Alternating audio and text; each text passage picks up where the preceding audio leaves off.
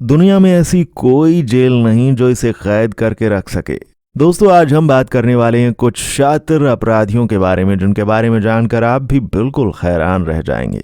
अगर आप फिल्मों के शौकीन हैं और फिल्मों में आपको हाई प्लानिंग वाली फिल्में ज्यादा पसंद हैं, तो ये वीडियो आपके लिए मजेदार होने वाली है, जिसे देखकर आप रोमांच से उत्सुक हो जाएंगे। इस वीडियो में हम बताने वाले हैं उन शातिर कैदियों के बारे में जिनके भागने के तरीकों के सामने अच्छी अच्छी फिल्मों की कहानियां भी फीकी पड़ जाती हैं। तो दोस्तों, देर किस बात की, आइए चलिए शुरू करते हैं आज के रोमांचक वीडियो को, जिसका हम सभी को बेसब्री से इंतजार है। चलिए अब बात करते हैं उस जेल के बारे में जहां परिंदा भी पर नहीं मार सकता। ये जेल है सैन फ्रांसिस्को, कैलिफोर्निया में एक आइलैंड पर बनी, जिसके चारों ओर जहां तक नजर जाती है वहां सिर्फ पानी ही पानी नजर आता है। यहाँ से कैदी भागना तो दूर, भागने की सोच भी नहीं सकता।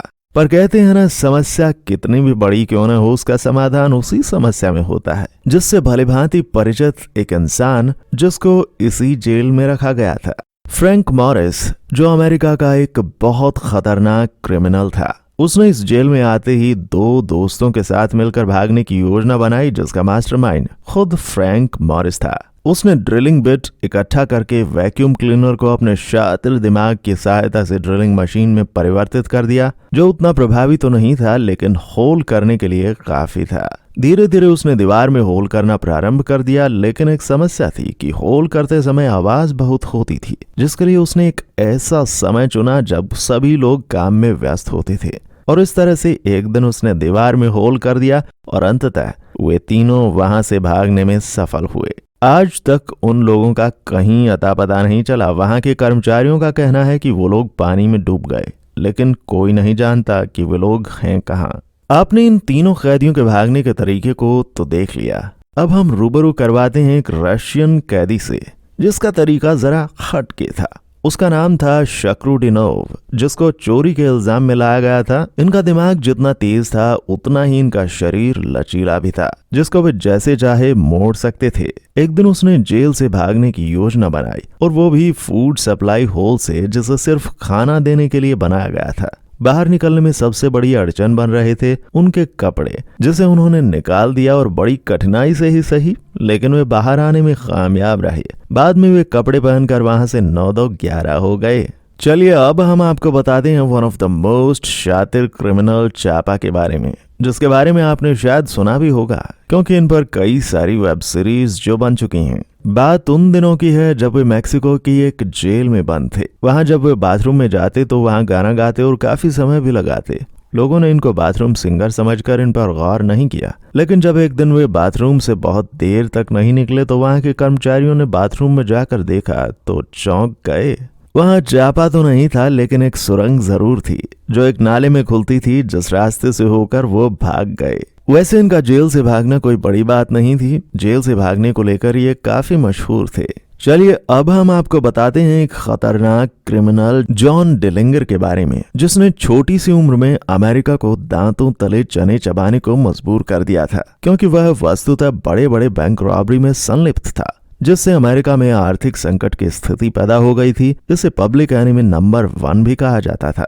एक बार इसने जेल से छूटने के बाद एक बहुत बड़े नेशनल बैंक में रॉबरी करने की योजना बनाई, लेकिन इसी क्रम में जब वे एक होटल में रुके तो उन्हें तुरंत पकड़ लिया गया और इंडियाना के फेमस जेल में रखा गया। इस जेल की सुरक्षा व्यवस्था इतना सख्त थी कि यहाँ से भागना नामुमकिन था, लेकिन ये सब भी इन जनाब को कहाँ रोकने वाली थी। जॉन ने जेल में जाते ही वहां से भागने की योजना बना डाली, वो भी एक नकली गन की मदद से। नकली गन पर जूते की पॉलिश चढ़ाई ताकि वो असली लगने लगे, और वहां से भाग निकले। हालांकि बाद में उन्हें पकड़ लिया गया और शिकागो के बीच सड़क पर गोली मार दी गई। कभी कभी आपका हुनर आपकी जान बचा सकता है। हाँ दोस्तों, हम बात करेंगे ऐसे ही हुनरबाज क्रिमिनल फ्रैंक एबागनेले के बारे में, जो नकली चेक बनाकर ढेर सारा पैसा कमाता था। यही नहीं, वह कमाल का एक्टर भी था, जिससे वह रूप बदलकर हमेशा पुलिस को चकमा देकर भाग जाता था। परंतु एक दिन वह पकड़ा गया और उसे 12 साल की कारावास की सजा हुई। लेकिन नहीं इनको 4 साल के भीतर रिहा कर दिया गया, बल्कि इन्हें इन्वेस्टिगेशन डिपार्टमेंट में रख लिया गया, क्योंकि वे नकली और असली चीजों की परख करना बखूबी जानते थे। साथ ही उन्होंने अपनी एक्टिंग से अपने आप को मासूम साबित कर दिया। अगर आपको इनके बारे में जानने की दिलचस्पी है तो आप catch me if you can movie देख सकते हैं। चलिए अब आपको एक और बेहतरीन कहानी बताते हैं जिस पर फिल्म भी बनाई गई है। ये कहानी है विली हेज की, जो कि अपनी युवावस्था में तुर्की से अमेरिका अपने घर आ रहे थे। तब इनको बॉर्डर पर सुरक्षा कर्मियों द्वारा पकड़ लिया गया और इनको 4 साल की सजा दी गई, क्योंकि उनको गांजा ले जाते हुए पकड़ा गया था और तुर्की में इन सभी चीजों के प्रति काफी सख्त कानून थे। हालांकि अमेरिकन सरकार द्वारा इनको छुड़ाने की काफी कोशिश की गई, जो कि बेनतीजा रही। जब इनको रिहा करने का समय आया तो इनके सजा को बढ़ाकर 25 साल कर दिया गया, जिससे वे काफी परेशान हो गए और वहां से भागने की योजना बनाने लगे। एक बार कैदियों के साथ आते हुए क्या देखते हैं कि बहुत सारे जहाज खड़े हैं, तो एक दिन मौका पाकर वहां से रफू चक्कर हो गए और ग्रीस के एक शहर पहुंच जाते हैं, जहां से फिर से अपने वतन लौट गए। इन पर बनाई गई मूवी का नाम मिडनाइट एक्सप्रेस है। चलिए अब हम आपको एक कैदी की कॉमेडी भरी कहानी के बारे में बताते हैं। दरअसल ये कहानी ब्राजील के रोनाल्डो सुआ के बारे में है, जो एक जेल में बंद था।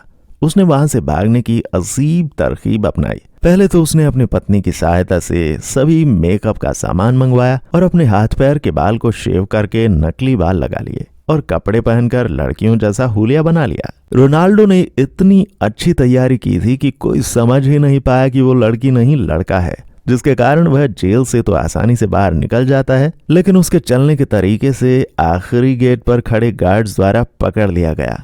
मगर कुछ भी हो, इनका भागने का तरीका बड़ा ही मजेदार था। अब आपको बताते हैं 3 चर्चित अपराधियों के बारे में, जो कि यूके के पार्कहर्स्ट जेल में सजा काट रहे थे। बात है 3 जनवरी 1995 की सुबह की, जब जेल के अधिकारियों को यह सूचना मिली कि 3 लोग, जिसमें एंड्रयू रॉगर, कीथ रोज और मैथ्यू विलियम्स शामिल थे, वे फरार हो गए हैं। तो सारे शहर में नाकाबंदी कर दी गई। जब यह बात शहर में फैली तो शहर में खलबली मच गई। पुलिस ने 4 दिन की मेहनत के बाद मैथ्यू को एक जंगल से गिरफ्तार किया।